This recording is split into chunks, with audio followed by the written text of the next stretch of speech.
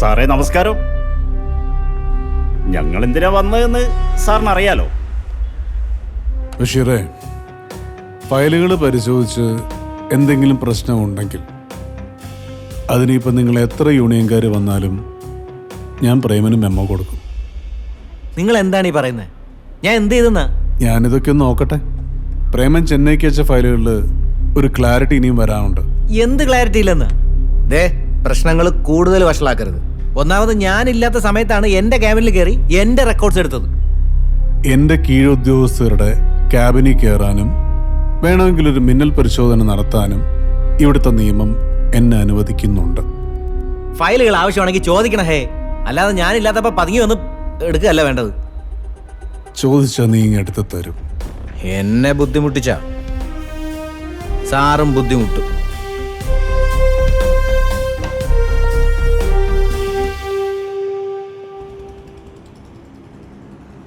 അത് പിന്നെ സാറേ ഞങ്ങൾക്ക് പറയാനല്ലേ പറ്റുള്ളൂ, അവർ എഴുതണ്ടേ. അത് നിങ്ങൾ നോക്കേണ്ടതാണ് സാറേ. എന്തുവാ സർ?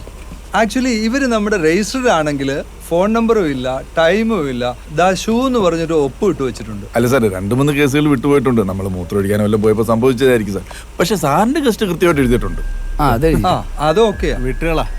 പോട്ടെ, ശരി. അതെ, ഈ പോകുന്നവരുടെ വരുന്നവരുടെ കാര്യത്തിൽ ഒരു ക്ലാരിറ്റി വേണം കേട്ടാ. ഇനി ശ്രദ്ധിക്കാം സാർ. ശരി എന്നാ. താരക്കുട്ടിക്ക് ഇതിൽ ഏത് റൂമാ ഇഷ്ടം?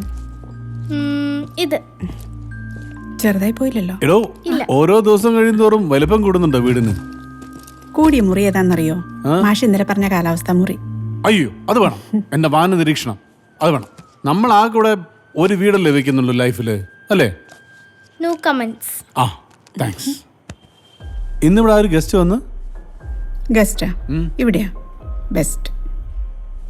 അല്ല, രജിസ്റ്ററില്. അയ്യോ, കളക്ടർ. ഹലോ. രവി. ആ സർ. ആ ഫ്ലഡിന്റെ ഫയലിൽ നിങ്ങളുടെ റിപ്പോർട്ട് വളരെ വളരെ ഇമ്പോർട്ടൻ്റ് ആണ്.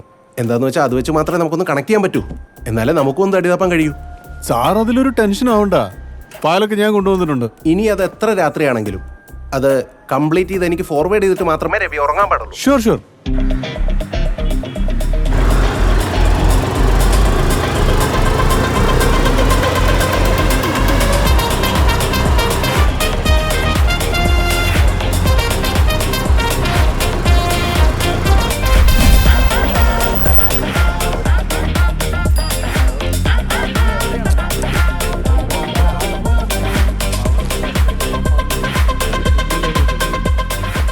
അതൊക്കെ ശരി. ഹലോ ഹലോ, ഒരു മിനിറ്റ് ഇങ്ങോട്ടൊന്ന് വന്നേ. ഇവിടെ പേരും ഡീറ്റെയിൽസ് ഒക്കെ ഒന്ന് അവിടെ അവിടെ. ആ, അല്ല, ഇവിടെ ഫ്ലാറ്റിൻ്റെ മൊത്തം വർക്കും ഏറ്റെടുത്തത് നിങ്ങളല്ലേ? അപ്പോൾ എന്നെ വിളിച്ചിട്ടാണ് ചീത്ത പറയണത്. ആ, അതന്നെ ഞാൻ പറയണത്. അപ്പോൾ എന്തെങ്കിലും കംപ്ലൈൻറ്റ് വന്നാൽ നിങ്ങളല്ലേ ശരിയാക്കേണ്ടത്.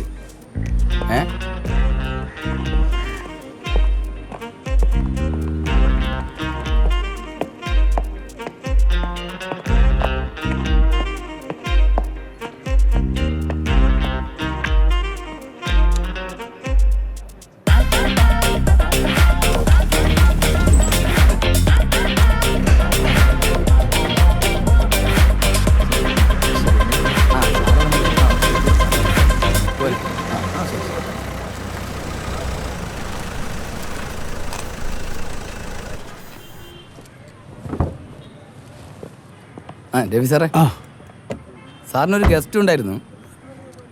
പക്ഷേ അവർ രജിസ്റ്ററിൽ എഴുതിയ നമ്പർ കറക്റ്റ് അല്ല. എന്നുവെച്ചാ?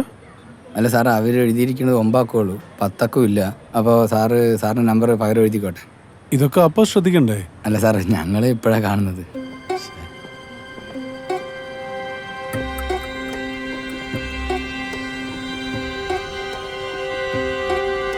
സാറേ, അത് പിന്നെ ആ രജിസ്റ്റർ ബുക്ക് എടുത്തൊന്ന് കാണിച്ചു. പറഞ്ഞു.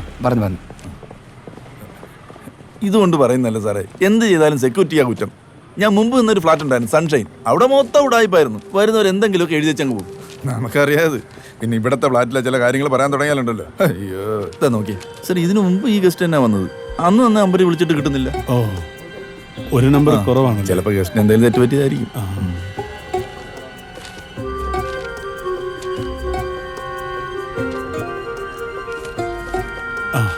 എന്റെ നമ്പർ എഴുതിക്കോ. ശരി സാർ. ശരി. അവൻ ആളത്ര ക്ലിയർ അല്ലെന്നുള്ള വിവരം സാറിനടുത്ത് പറയാം. അതിപ്പോൾ നമ്മളായിട്ടൊന്നും പറയണ്ട.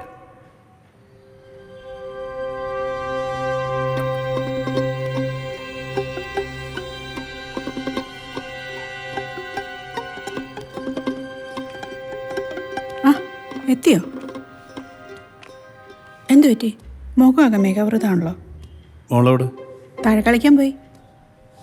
അല്ല, ഇതെന്താ മുഖത്തിനൊരു വാട്ടം? ചായട്.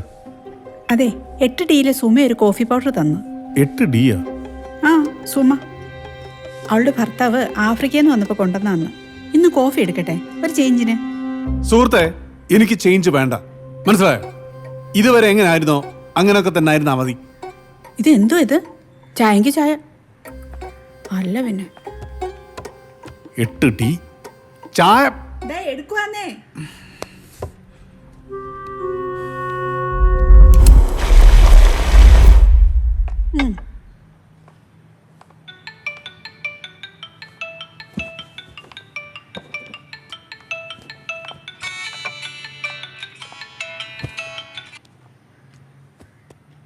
ഞാനിവിടെ ഫ്ലാറ്റില്.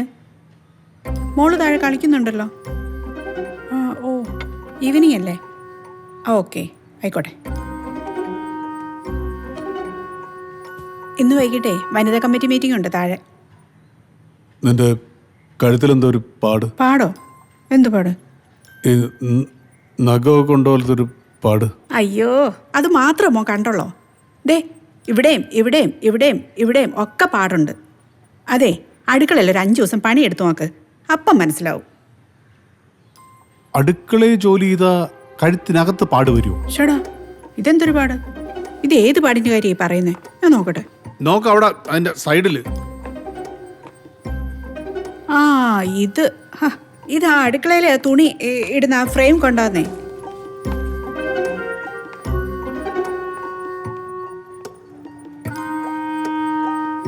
ക്ലാരിറ്റി ഇല്ല.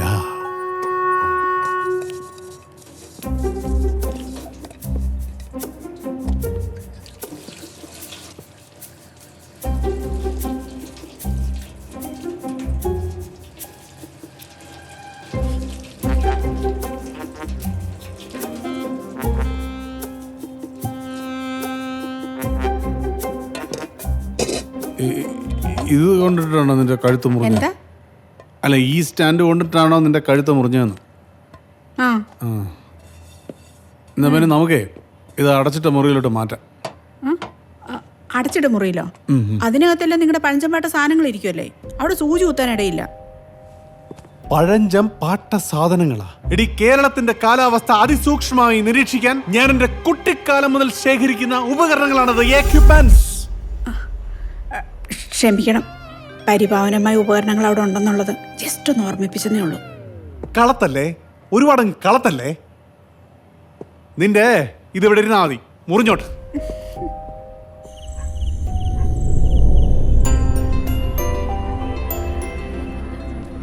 ലഞ്ച് മൊത്തം കഴിക്കണം കേട്ടോ. ആ അമ്മ. ഹലോ, എന്താ? ആ, അതെ, കുറച്ച് ലേറ്റ് ആയി പോയി. വണ്ടി വന്നില്ലല്ലോ അല്ലേ? വന്നിട്ടില്ല. ഉള്ളത് നനഞ്ഞെങ്കിലേ കണക്കായി പോയി, അല്ലെങ്കിൽ തന്നെ അവൾക്ക് ഇച്ചിരി കൂടുതലാണ്. രവിയേട്ടാ, രവിയേട്ടാ, ഇവിടെ ഇല്ലേ?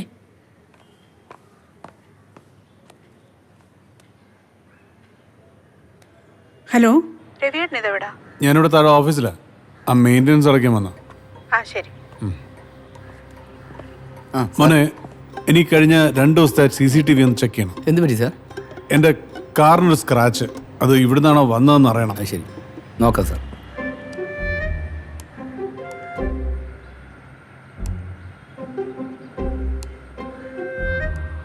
ആ, ഓക്കെ, ഞാൻ നോക്കോളാം. ശരി സാർ. ഓക്കെ.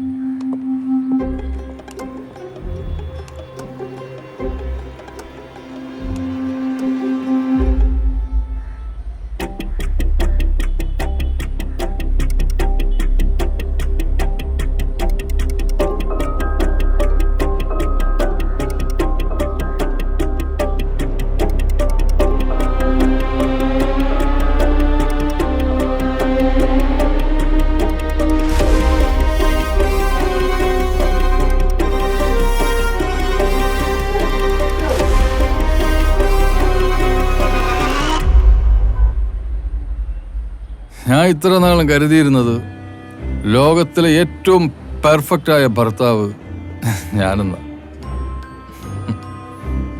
പിന്നീടാണ് മനസ്സിലായത് എന്നെക്കാളും പെർഫെക്റ്റായ ഒരുത്തൻ എൻ്റെ വീട്ടിൽ വരാനുണ്ടായിരുന്നു എന്ന്. ഒരു ചെറിയ പാളിച്ച മതി എല്ലാം തകടം പറയാം.